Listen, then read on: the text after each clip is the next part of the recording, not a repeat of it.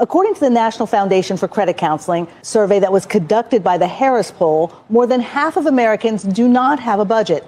2 in 5 carry credit card debt month to month with an average balance of about $6,500.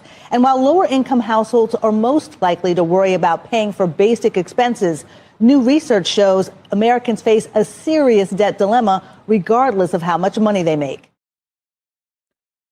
Welcome everybody back to another episode of Bowls on the Table, where it's time to eat with financial fundamentals.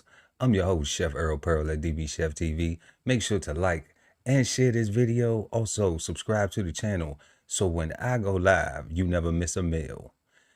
That was a lot. She said that over 50% of Americans do not have a budget, and it doesn't even matter of your income bracket. That's a very powerful amount of data. That's a very powerful assessment. So tonight, y'all, we are going to be discussing personal budget and budget discipline, because with data like that, I think that is necessary for all of us to desire to have more financial security. So hopefully this evening, remember, I am not a financial specialist. Always check with a finance professional, but I share these things because they interest me, and it's a part of my journey as well, having to keep my finances in order and have a budget and have budget discipline. So before we get into tonight's topics, we are going to see what's happening in the markets.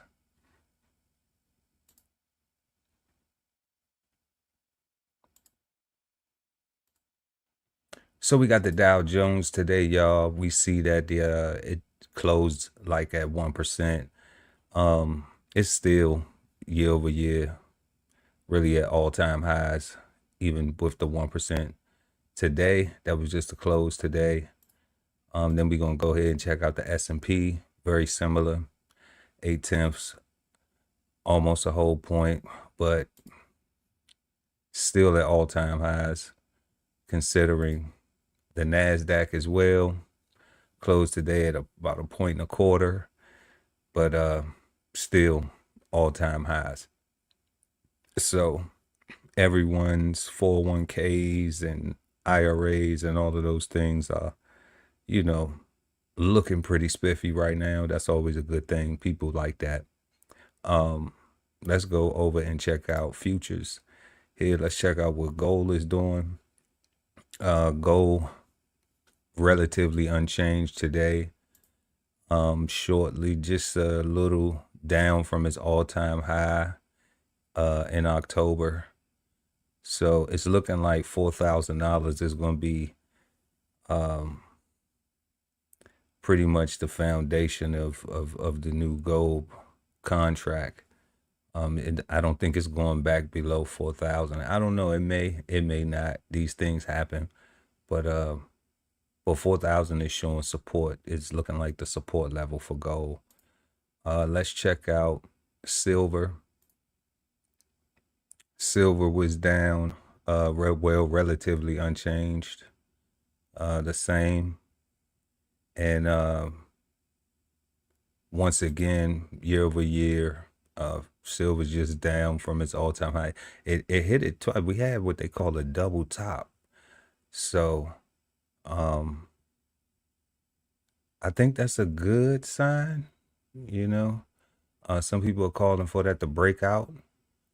Some people calling for a triple top maybe, but however, silver is looking like it's finding a home at $50. So it's looking like silver is going to be the $50 is going to be the basis for silver. And then we got crypto. We're going to go over here real fast and check out Bitcoin. Bitcoin is down. But, Bitcoin always has these violent swings like this. So some may even say that this is a buying opportunity. I don't trade Bitcoin. You know, I'm a hodler. I bought some. I still have it. I'm holding on to it. And when it gets to a certain price that I feel like I want to sell it, I'm going to sell it. So I'm not trying to hold on to it forever. I know that the legislative process, you know, has been encouraged, and it's all types of moving parts in the whole crypto world and everything, between stable coins and altcoins and all of these other stuff. But for the most part, it could be a buying opportunity for some people, and some people who bought in when it was, you know, reaching all-time highs and they had FOMO, you know, hold your britches. That's all I'm gonna say. And that, I think, is gonna be it so far with what's happening in the markets. So let's go ahead and jump into tonight's first topic, personal budget. And to do that, we are going to head over to the Bose board, where it's time to eat always with financial fundamentals. So our first topic tonight, y'all, is personal budget. Personal budget. And some people are like, damn, do I even make enough money to have that? Yes. I don't care how much money you make, you need to have a personal budget. Or how much money you have, you need to have a personal budget. So we'll go to our first question on personal budget. What is a personal budget? Pretty good question, right? What is it? For those who don't know, the data says that 50% of Americans don't have one. So is it because we don't know what one is? Or is it because people don't care? Or do you not like money? I don't know. You tell me. But what is a personal budget? Well, let's find out what it is. So, a personal budget is a spending, savings, and investment plan. Sounds pretty simple, right? A personal budget uses information about what you spent last month to make a plan about what you'll spend for future months. Having a personal budget keeps your spending in check and makes sure that your savings, investments, and wealth preservation are on track for the future. Personal budgeting helps you accomplish short and long-term financial goals, keeps you from overspending, and helps you maintain what I like to call financial security. So looking at a personal budget is spending, savings, and investment plan. Well, what is that? How much I spend, how much I save, and how much you invest. Some of us are just spending. We aren't saving anything. We aren't investing anything. Everything that comes in goes out. That's not good. That's going to make it difficult for you as you get older. Everyone. Okay? So that's why a personal budget is necessary. All right?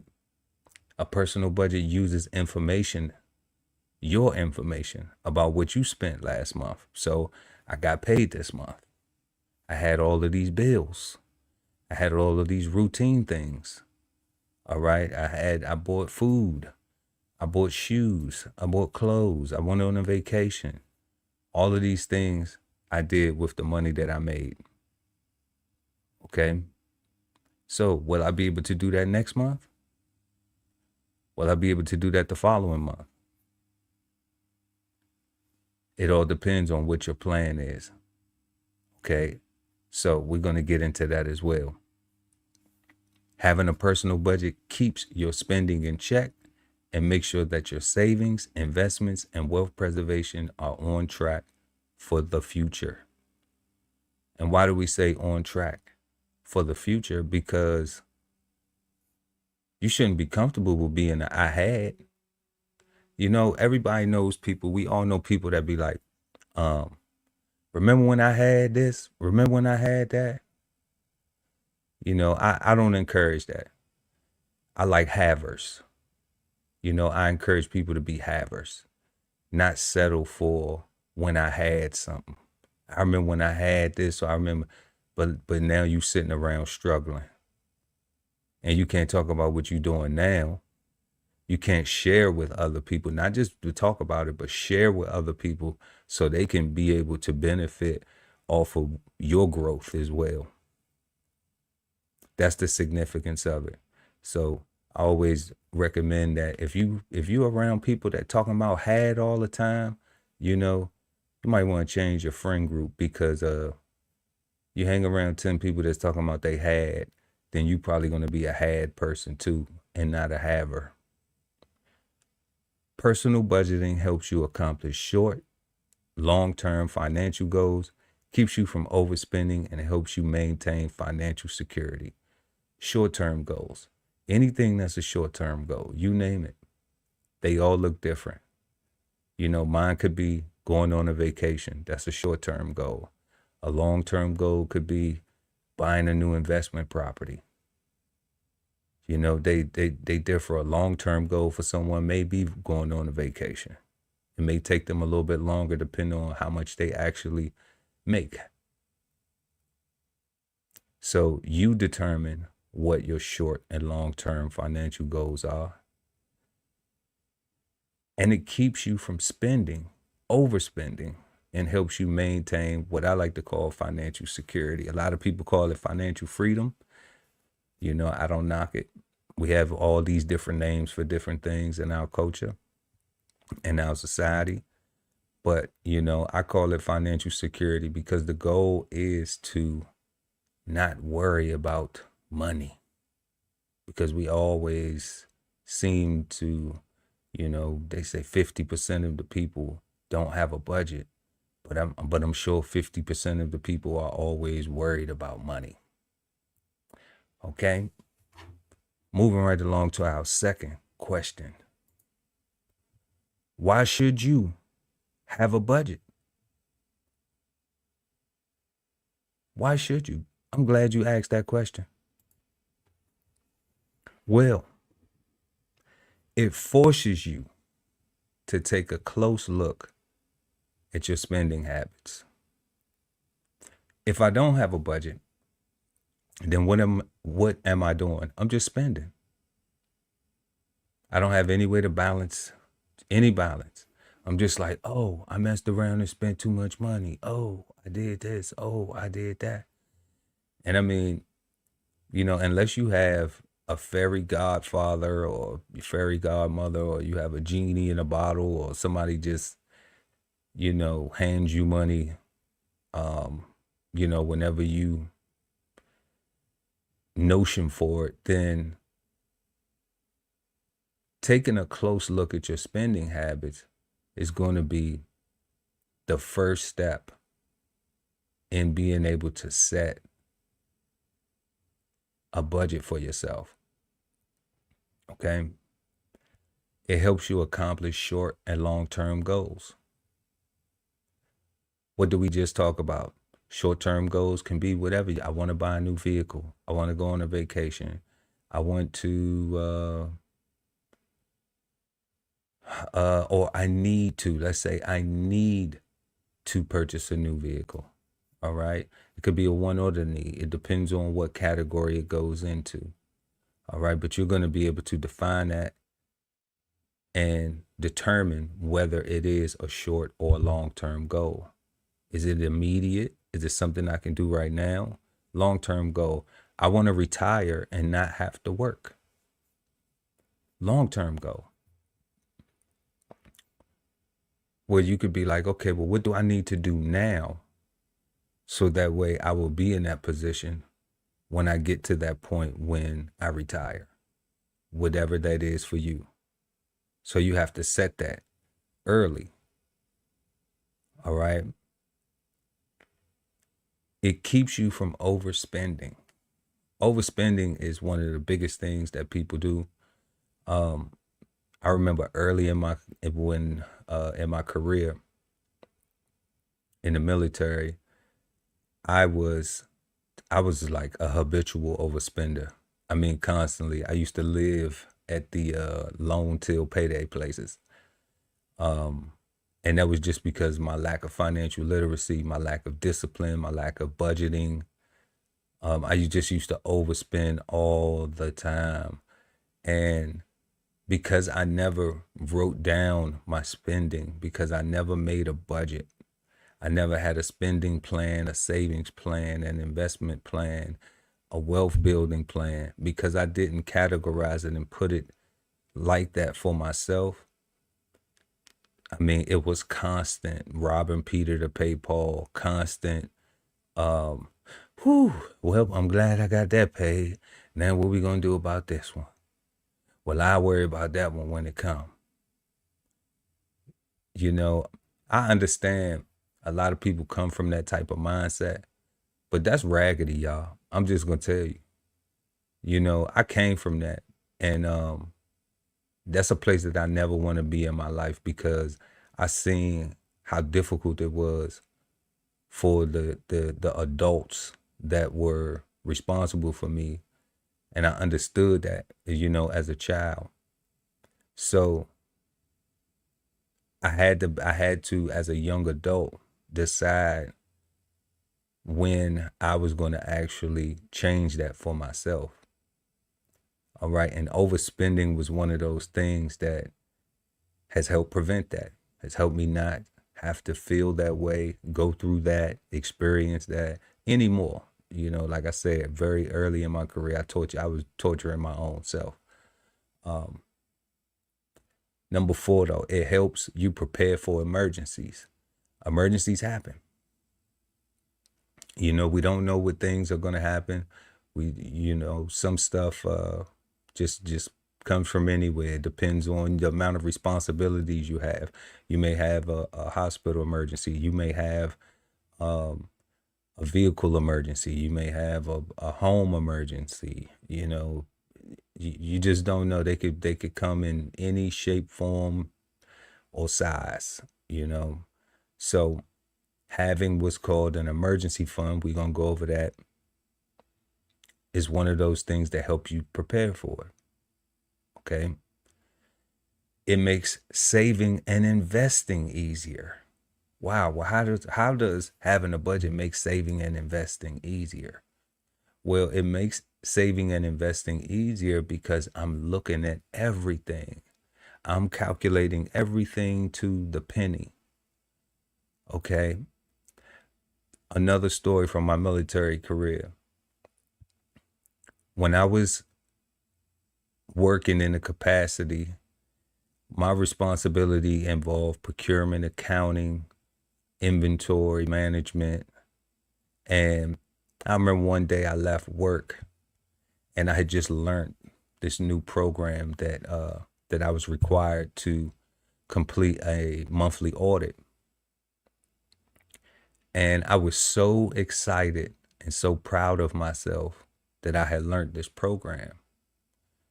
And this program was something that requires management of the account string to the penny. Okay. So here it was, I'm getting off of work. I think I was like my mid-20s. I'm getting off of work and I'm excited that I can manage my employer's money to the penny. But I'm driving to the payday loan place because I'm not managing my own money. So that was a wake-up call for me, you know, and in doing that, it allowed me to take that practice and apply it to my own personal finances. So that way, every single penny is accounted for. Once you do that and you commit that to yourself, now you are able to know what you're going to, what's allocated to your necessities, what you can allocate to your savings and to your investing. Because when you get it, the first thing you're not thinking is spending. The first thing you're getting the first thing you're doing when you receive your monies, your pay, however you receive money, is what can I do to make sure that if I don't get some again, that I won't be as affected. And these things require saving, and those things require investing as well. Okay. 6, it helps you pay off debt and stay out of it. Now, paying off debt is always good. Okay. But staying out of it is the trick that a lot of people have a struggle with. Okay. Now, we're not talking about good debt. Like if you have a mortgage, if you have an investment property, if you have business debt and you have a business that is generating income. All right. Those are good debt tools. All right. If you're using debt to invest into something that is going to give you a return. All right. If you buy a vehicle and then you use it as a ride share, because now you're writing off a lot of it. Okay. Those are good debts. Paying off the bad debt, you already know, the credit card. The credit card mindset. One of my videos, if y'all go back on the channel, it's called In Lieu of Cash. All right, watch that video. And in that video, I describe how instead of using your credit card, instead of looking at your credit card like, okay, I got paid $1,000 and now I have $1,000 on this credit card that I have $2,000. The discipline is I only have $1,000 and you're just going to use your card in lieu of the cash. The reason why people stay in debt and don't stay out of it is because they don't adopt that discipline. All right. You don't have $2,000. You have $2,000 to spend, but you're going to be $1,000 in debt at the end of it. But if I use the card in lieu of the cash and I don't spend the cash, then what I'm going to allow myself to do is increase my amount of credit over time. And that way you'll have access to credit, and then you'll have what's called a credit reserve. Personal credit. I like to call it a personal credit reserve, where you got a high balance on credit cards and you don't even have to use it if you don't need to. Okay. I'm going to have a video about that as well. But it allows you to stay out of debt. And why? Because you don't spend more than you have. You balance your budget within your means of what you have. You don't look at it as I have $1,000 on the credit card and I have $1,000 in cash, so I got $2,000. You will forever be in debt with that mindset. I promise you. 7, you can stop living from check to check. That's what we were just talking about, preparing for emergencies. We just saw the whole nation go through things like layoffs, benefits being cut for food assistance and things like that. We're continuing to see layoffs. I mean, just this year alone, I think there've been from private industries, from Apple to Microsoft to Tesla to, I mean, you name them. There've been huge, Amazon, huge layoffs. Okay. So a lot of those people, if they were living from check to check, then you can expect that they're going to have a hard time going forward if they are unable to find employment that compensated them at the same level, and or receiving unemployment and it isn't enough to cover the bills. So having a budget allows you to, if you come into a situation like that, you will be prepared. You don't have to be reactionary, other than buckling down on your budget and saying, hey, okay, let me revalue these numbers, reevaluate these numbers, and let me see what we got going on to make sure we'll be okay Granted, the situation is temporary or until we're able to supplement that income some way. All right, which means get more money, get some more money. All right. So, 8, that'll definitely reduce your financial stresses. Having a budget reduces your financial stresses. I'm telling you, I know for a fact, firsthand. Okay. When you can wake up and you know that you don't have to think about money, that is a blessing. Okay. And it's not difficult. You can do it because I started with zero. Literally with zero. Didn't get a big, sports contract. Did not get a, hit the lottery. Did not, did not go to school. And I'm not knocking these things. I'm just saying these people are, those people in these situations, have high incomes. So it may seem that it's easier for them to obtain what I call financial security. But, I don't agree with that, because we have seen culturally, socially, athletes, actors, people with degrees, professional degrees. We've seen them hit rock bottom because they didn't have financial discipline. They didn't have budget discipline. They didn't have financial literacy. Okay. So it doesn't take for you to be a millionaire to think like one, or a billionaire to think like one. You just have to start. And I promise you that anybody with some money, with like people like to call some real money, has a budget. Every single one. All right. Number 9, it fosters discipline and a healthier mindset about your money. Everybody say wealth is health. Health is wealth, right? You feel good when you got some money in your pocket. When you sitting around and you like, dang, I don't know if I'm gonna be able to do this. And man, the money ain't blah, blah, man, I need to get some money. And people plotting and scheming and huffing and puffing, and anxieties all through the roof, and people not knowing how they gonna eat and everything. But when you got a pocket full, or when you know you're gonna be okay, you feel a lot healthier. Your mind is at ease just a little bit more. And you can do this for yourself. Number 10, it will create a successful path to what I like to call financial security. Like I said, some people say financial freedom, but I say security, because you feel a lot more secure when you know that if emergencies come along,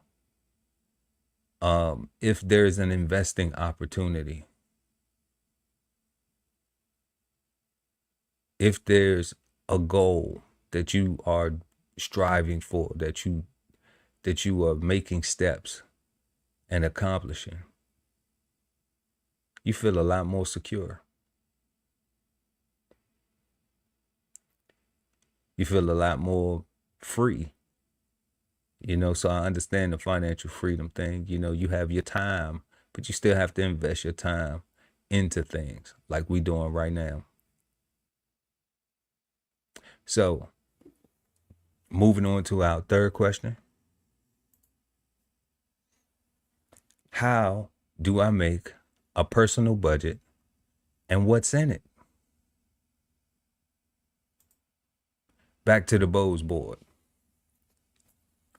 So the first thing we're going to do is we're going to make a list of needs, goals, and wants. That's the first thing we're going to do. Okay? And this should encompass housing. This is the rent or mortgage payments, property taxes, childcare costs, and things like home insurance. Okay. And a lot of people don't put childcare costs in housing. I do.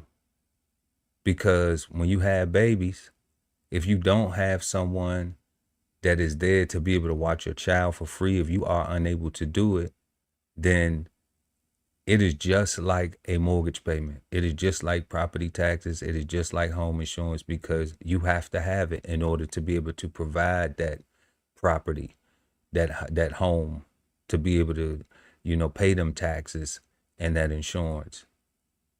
So we got to make sure the babies are somewhere safe too. Why mommy and daddy is doing that. So housing, utilities, electric, water, gas, trash, sewer, internet, phone bills. All of these things are reoccurring. I don't think that there's anyone right now without a phone bill. Okay. Some people may have been able to, I know I don't have, well, I do. I have sewer bill. It's wrapped up into certain things. Trash collection, I don't do that, but I do that myself. But internet, electricity, water, gas, all of these things we have to have. If you in a nice home, a nice condo, a small little apartment, a trailer, it don't matter. You're gonna have to have these utilities, and they're gonna be required to be paid consistently. Transportation, we have ride shares. If you have a car note, car payments, the insurance for that vehicle as well, auto insurance, the gas, the maintenance. If you ride the bus or the train, public transit fees. And then you have registration fees for your car, for your automobile or truck or whatever you have for your vehicle. All right. Food and groceries. This covers both store-bought groceries and money spent on dining out or deliveries.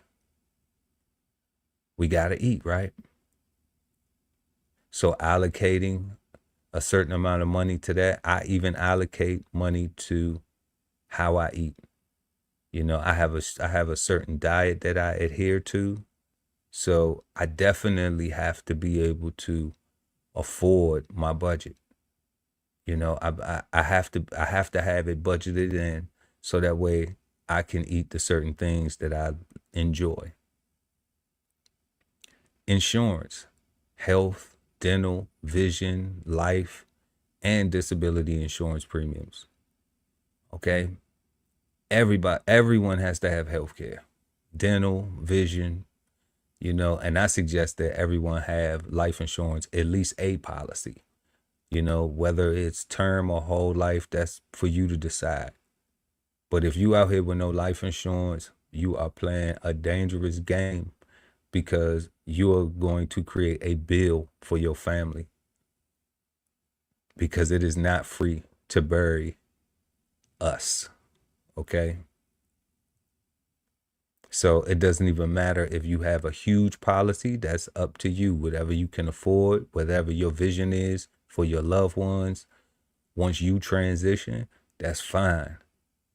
However, make sure they can at least put you in the ground, okay?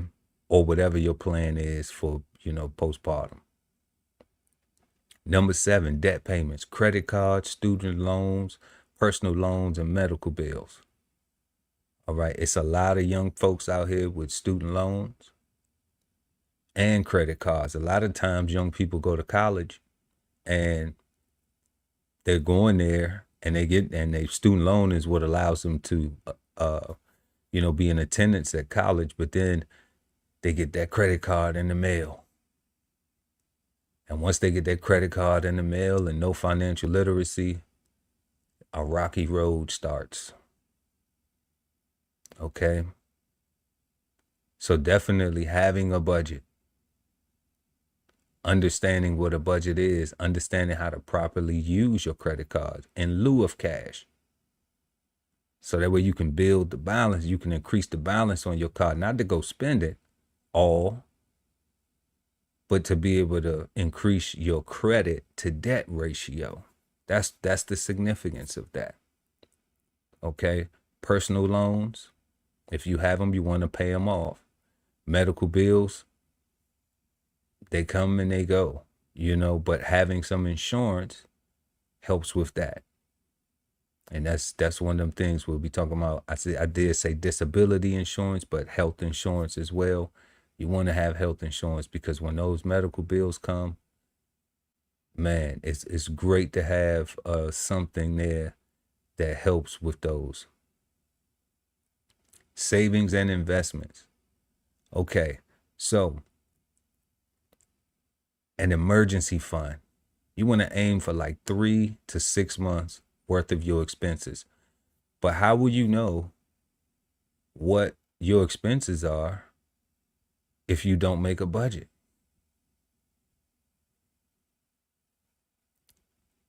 How will you know what your emergency fund should be if you don't sit down and put these things together and say, okay, this is what I need, what is required for me to afford myself? This is what is required to sustain the house. This is what we have to have regardless of anything. Even if we don't do A, B, C, D, E, but we have to do 1, 2, 3, 4, and 5. We have to have that. That is necessity.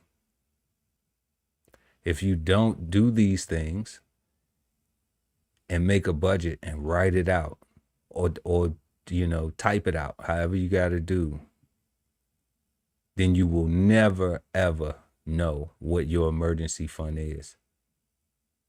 So you won't be able to set the goal for the 3 to 6 month worth of expenses. Okay. When we look at general savings, you may use that as a vacation or a down payment. Okay. And when I look at general savings, this is how I look at general savings. I look at general savings as just that. Okay. It is just an account where you just put some money for some type of goal. So I may have an emergency fund and you never touch your emergency fund. You just add to it every now and then. But once you get to a comfortable amount that you think is fine, you can let it sit there. Okay.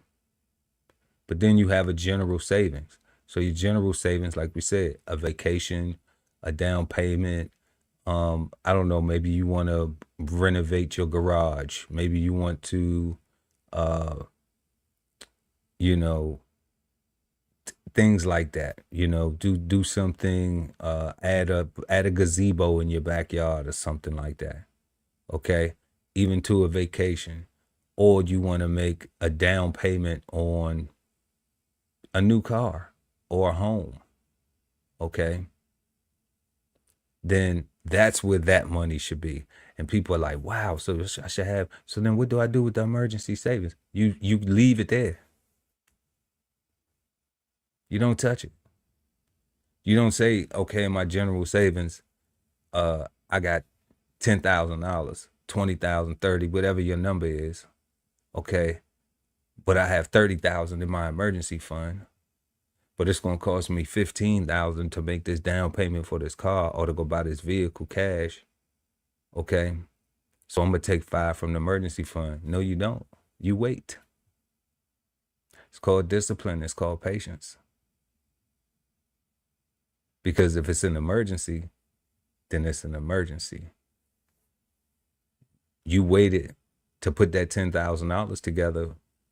What's wrong with waiting a little bit longer to get that other 5 to be able to get that vehicle or whatever it is that you desire? Okay. Having a budget allows you to do that.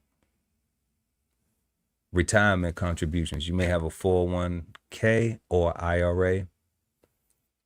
With the budget, a lot of times people's incomes, they have a contribution to their 401k pre-taxes. I always say to everyone, Roth it. Okay. Go ahead and pay the tax now, because We are not locked in a fixed income tax bracket. All right. Income taxes are not fixed. They increase over time. So, when you add more money to it, the income tax goes up. So who knows when you're going to be ready to pull that and you never paid taxes on it before. You put yourself in a situation with these deferred products where you'll be looking at a certain amount of money, and then you'll have to have the mindset when it comes of, well, at least I got this. You don't have to be a, well, at least I got this type of person if you understand what deferred is and you go ahead and Roth it and you pay your taxes. So that way, when you get there to the end, what you got is what you get. Okay. Number 9, healthcare, medical, out-of-pocket, copays, prescription medications. Definitely prescription medications, out-of-pocket expenses, copays, things like that. We have to pay all of these things when we go and see the doctor. So having a budget allows you to be able to allocate those funds, especially if you have prescription medications, or if you are, you have doctor visits that require regular visits and things like that, and you have a copay. Okay, remember I said, y'all, to the penny. To the penny. Don't get lazy on your own self. Don't get lazy on your own finances. Because that's who you cheating. You only cheating yourself. You the one who gonna hurt. And the other people depending on you. Personal spending and lifestyle, clothing, hairstyle, hygiene products, memberships, hobbies, and streaming services.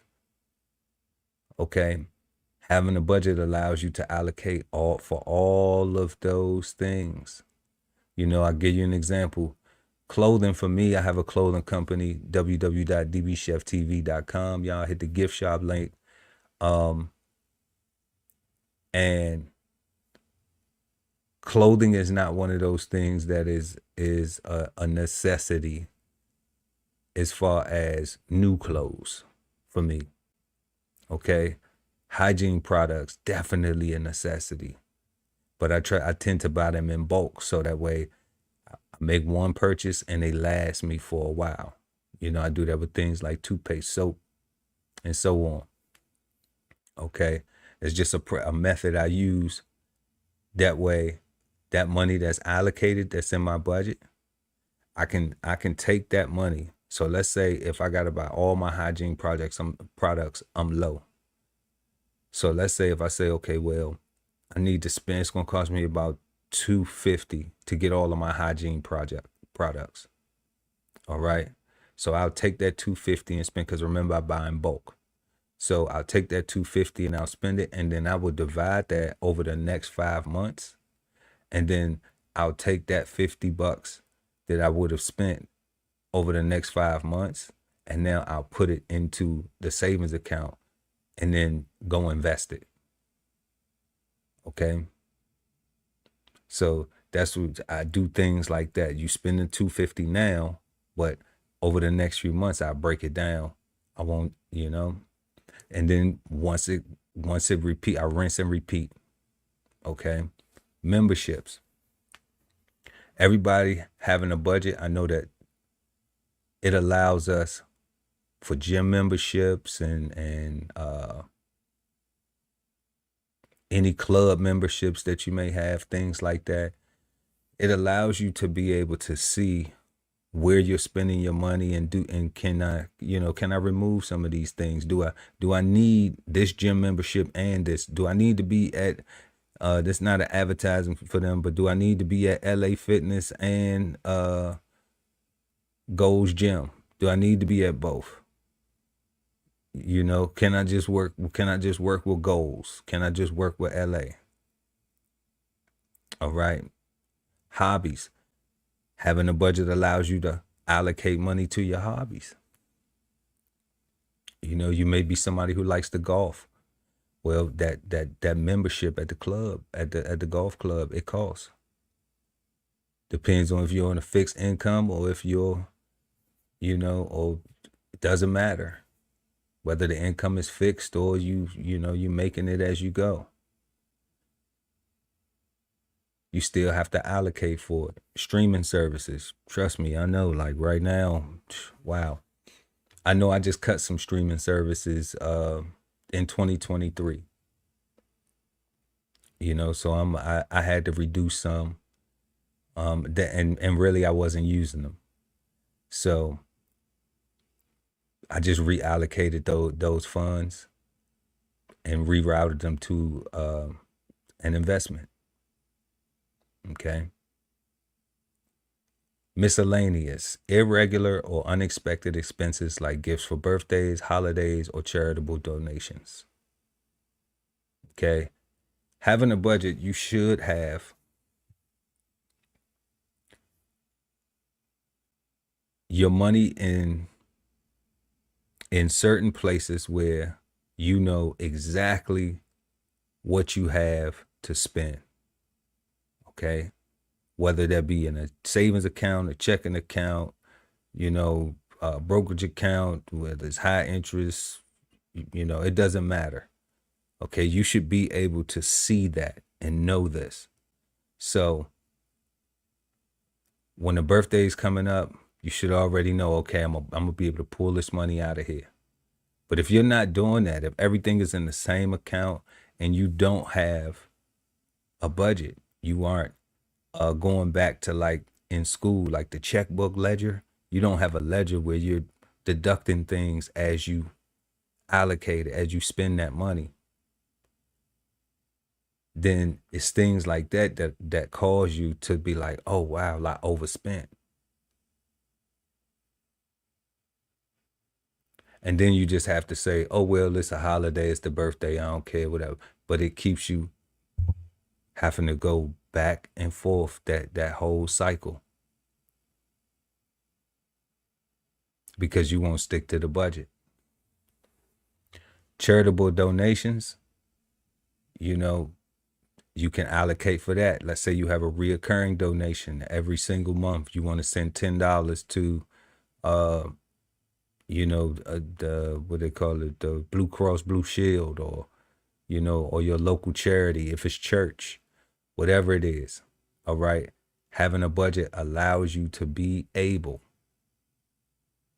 to do that with ease and comfort. All right.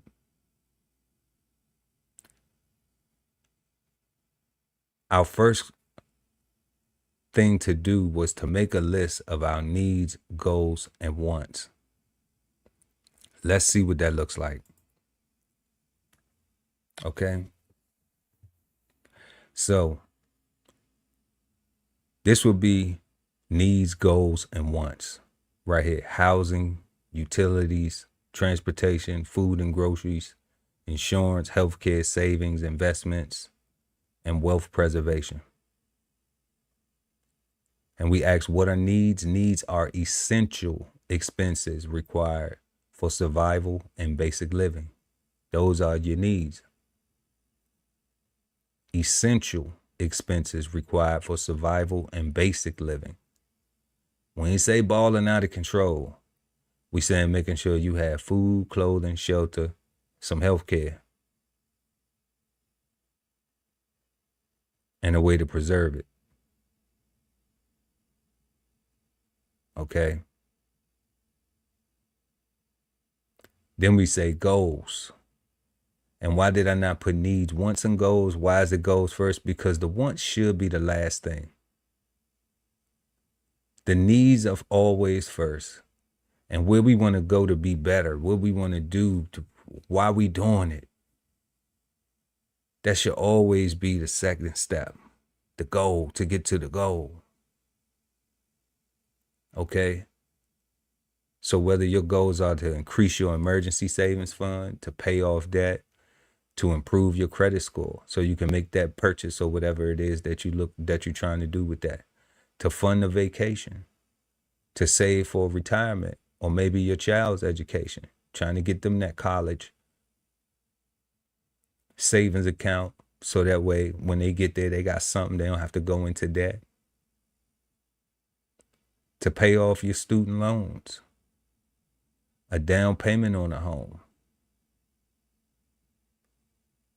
or just to be secure and confident about your personal finances. Even if that's the goal right there, just to be secure and confident about your personal finances. That you know when you look in the mirror, you like, or when something comes up, you like, okay, I'm good. I gotta I gotta check in the savings, you know. But we're gonna be okay. We just gotta move some stuff around. And what do these goals do? Goals help you stay motivated, track progress, and make intentional decisions with your money, influencing your future by shaping your financial actions today, right now. You can start today. Okay? Get motivated about your money. It's your pockets. You know, I'm going to do what I need to do for mine. You better do what you need to do for yours. Then we talking about our wants. Dining out, streaming services, unnecessary clothing, high-end electronics, new cars when your car's perfectly fine. These are all wants. Okay? Because you can live without streaming services. We don't need Prime and what's the other one? Netflix. We can have one. You know, we don't need to dine out all the time. You know, we can cook. Don't need unnecessary clothing. I have one body and I'm not going anywhere. I don't have nowhere to go. Okay? And most of the time, people that have professional careers, you know, they are either mostly in uniform or they have a set of clothing that is their work attire. Okay? High-end electronics. I don't need the new iPhone. I don't need it. It may be a want, but I don't need it. I know I had an iPhone 4S for 12 years before I upgraded to the phone I have now. And it was working fine when I upgraded. Okay? Wants are non-essential expenses that enhance your lifestyle, but are not required for survival or basic functioning. You know? Feel good about being out on the town. You feel good about them new shoes. You know, you might feel good about, the iPhone or that car because somebody else see you in it and they think you don't have a car note and a high-ass insurance bill trying to maintain it.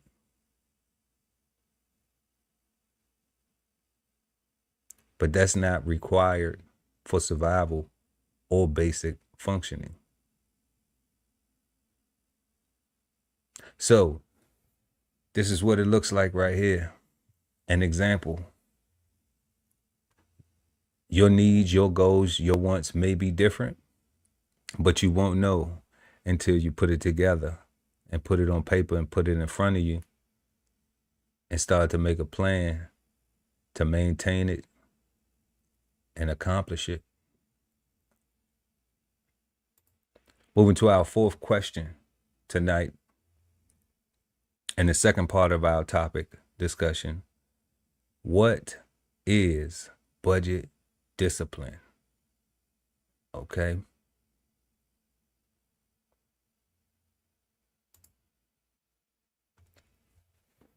Budget discipline. Budget discipline is making an on-purpose decision to consistently stay within or under budget of your spending habits and requires ongoing effort to track your income, expenses, manage debt, avoid wasteful spending, and maintain financial security while achieving financial goals. Budget discipline, y'all. Making an on-purpose decision to consistently, you know what consistency is? You know, people can consistently do a lot of things. You know, you can consistently stay in debt. You can consistently, do bad stuff. You can consistently do good things too. All right. So understanding what consistency is continuously doing it. But it's on purpose. Okay. People do a lot of things on purpose that don't benefit them. But budget discipline is making an on-purpose decision to consistently stay within or under budget of your spending habits. Okay? And this is ongoing. You never stop. Once you start this, you never stop. You'll fall in love with it, trust me. It's good knowing you can do some of the things that you want to do when you feel like doing it. But without a budget, that's impossible. I promise you.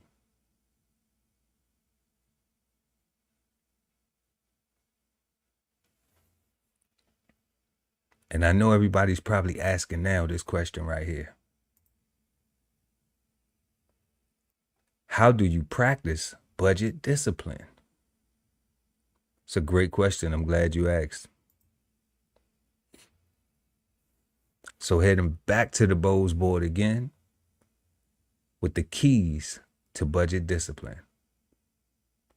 The first thing we're going to do is acknowledge that you deserve financial security with your money by making a list of your needs, goals, and wants. That's the first thing you got to do.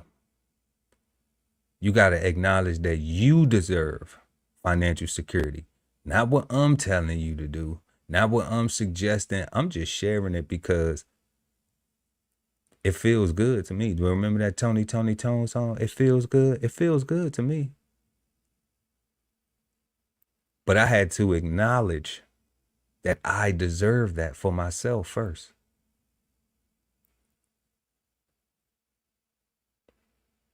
And I'm saying you have to look yourself in the mirror and say, I'm messing up with my money. I don't like this. I want to be financially secure. I need to make a budget. I need to make a list of my needs, goals, and wants, and I need to stick to it.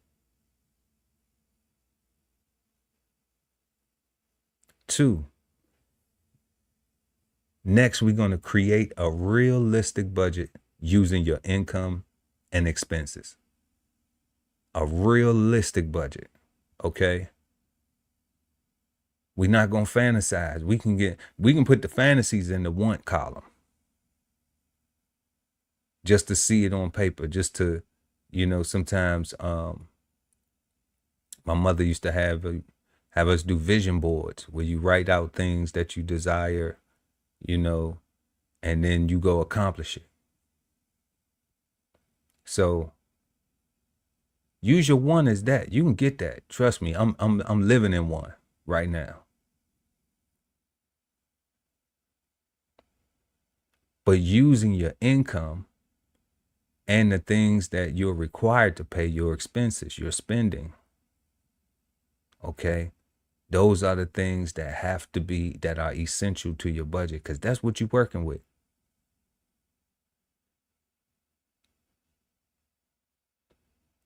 Three, you're going to want to set a clear financial goal. Okay? Clear financial goal. Set a clear one to yourself.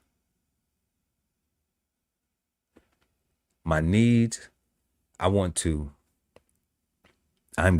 to, this the language you tell yourself, I'm going to make sure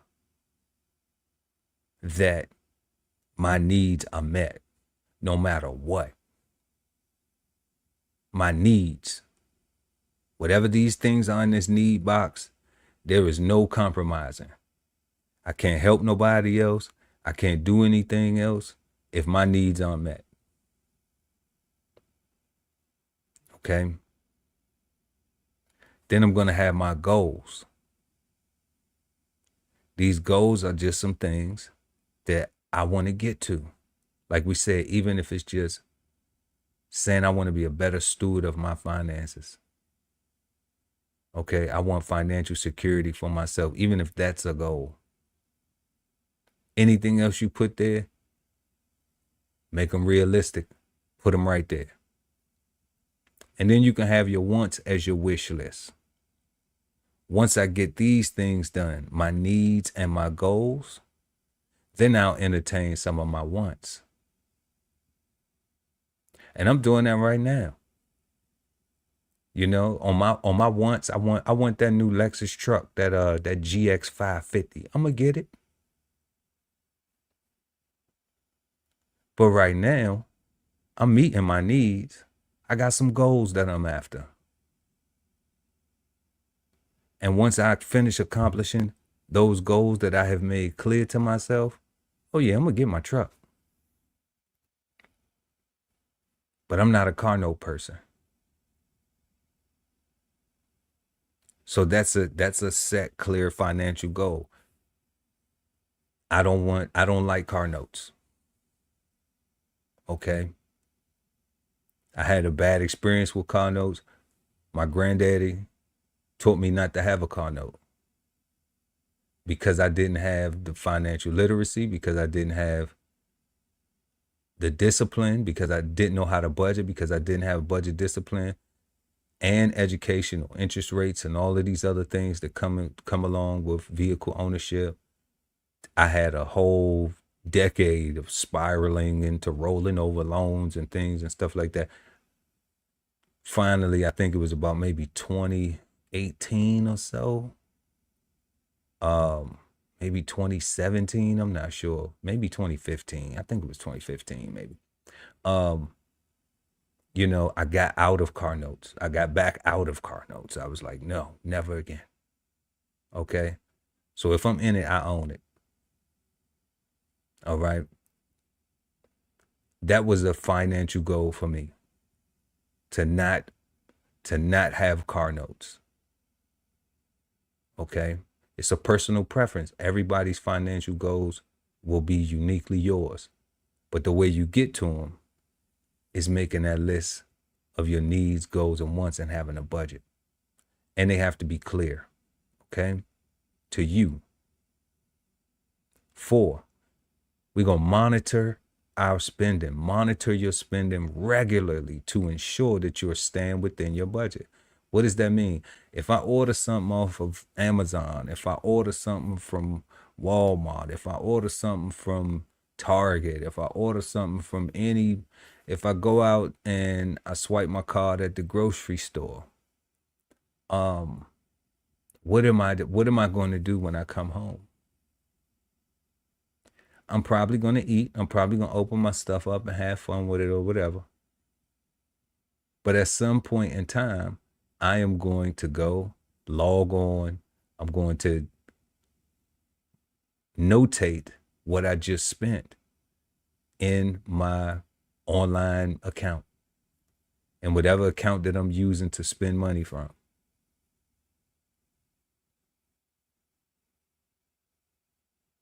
Maintaining my ledger.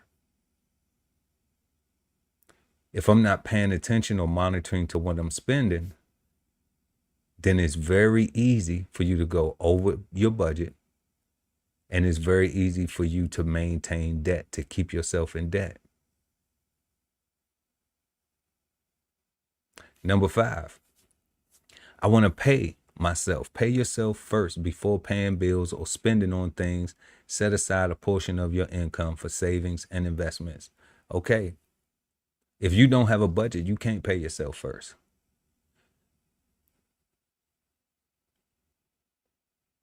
If you don't have budget discipline, you can't pay yourself first. It's impossible. And the reason why it's impossible is because When you get that money, it's pretty much already spent. So you're in a position where you can't pay yourself first. You just happy to get things paid.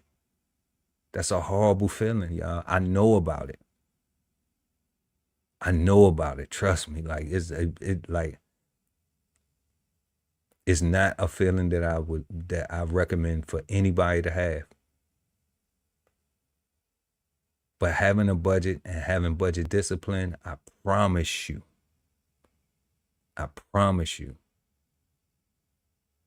you will feel a lot better. Okay? And you won't have that problem. Prioritize paying down debt in your budget. This is a critical part of financial discipline that will save you money on interest. Everybody know all these debts that we have, it's interest. Them credit cards, they charge an interest. Why you think when you make a payment and you like, damn, I just made a payment, but you just keep on charging stuff on it and it don't never be paid off?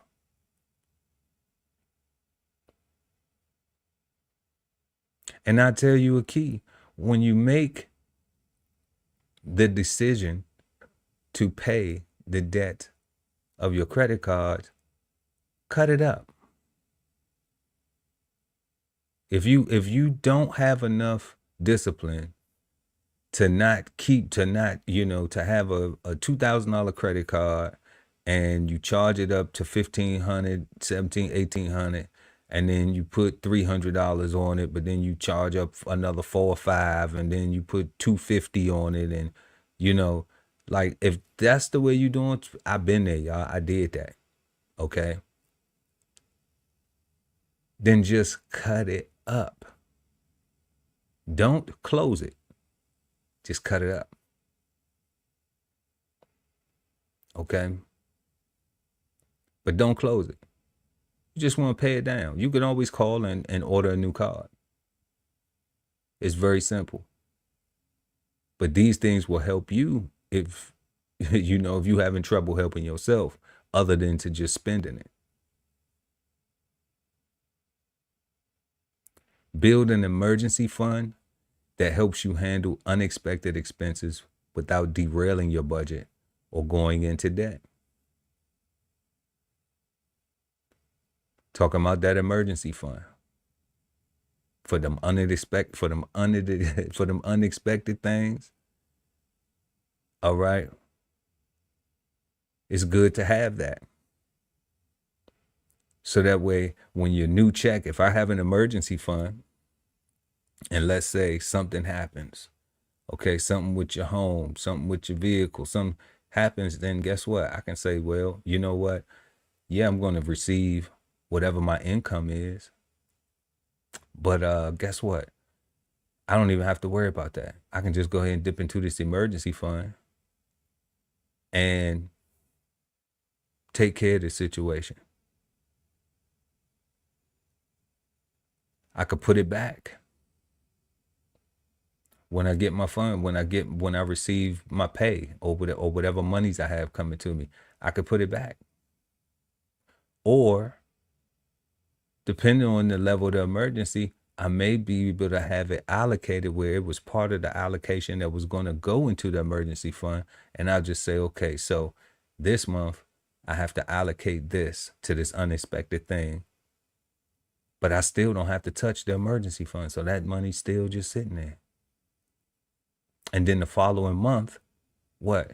I can go back to allocating that to my budget.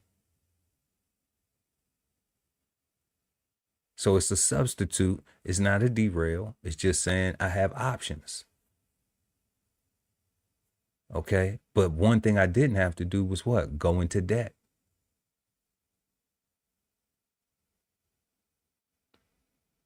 And then 8, last but never least, avoid temptation like impulse buys driven by emotions and stick to your budget plan no matter what. No matter what, stick to your budget plan. Okay? And I have a rule when it comes to my budget plan. Okay. It doesn't matter what the person calls me with. I don't care what you call me with. Unless it's life or death. Unless it's a matter of somebody being homeless. Unless it is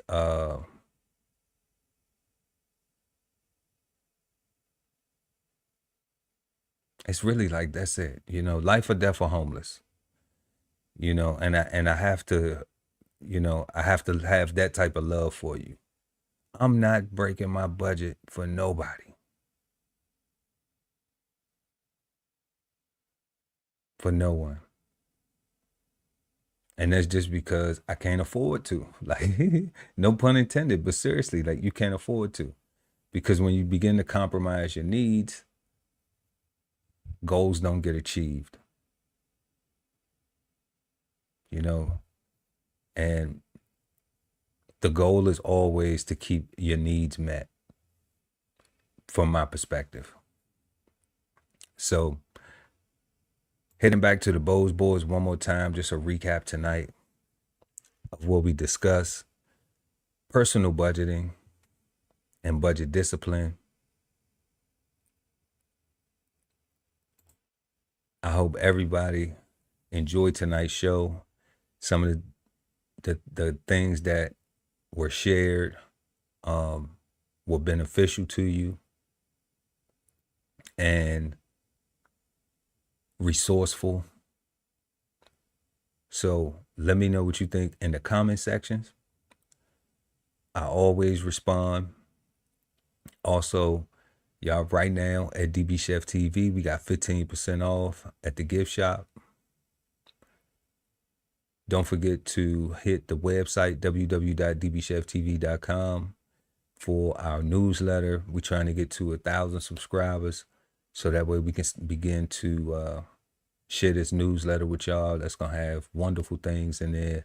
I've really been working on some stuff, so we're just trying to get it up to snuff, so that way we can start sharing it with you all.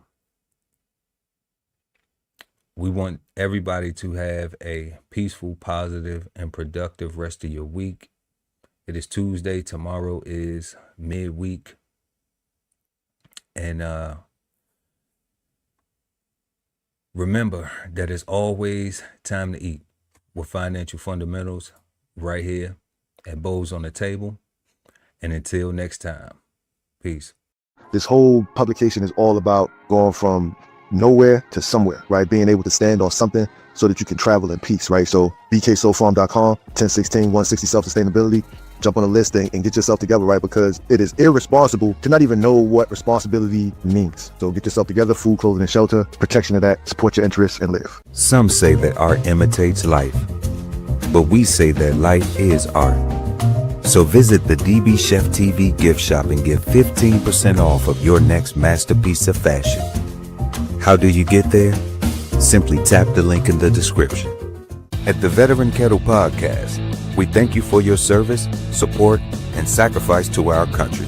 Listen to real stories of adversity and triumph as we give our best to honor our vets. Subscribe today and watch episodes now streaming on YouTube at TVK Podcast, The Veteran Kettle. If it's Friday night and you don't have a date, then brunch with the fellas is your spot, so don't be late. We go up at 9 p.m. with the trending topic news. Smash the like, comment, subscribe, and share the content. Don't be rude. At Brunch Fellas, now streaming on YouTube. Love ain't always easy, and we won't stop until we get it right. So bring that ass to the Love Speak Podcast. Subscribe today and let your love speak at TLS Podcast. The Love Speak, now streaming on YouTube. Exchange insights Sundays at 8 p.m. East Coast time with the Cigar Panel, smoking on words like two big nerds, hosted by DBCHEFTV and BK Soul Farm at Cigar Sundays on YouTube. Subscribe and hit the notification bell so when they go live, you never miss an episode of Cigar Sundays Live. Sign up for the newsletter and shop merch and clothing at www.dbcheftv.com.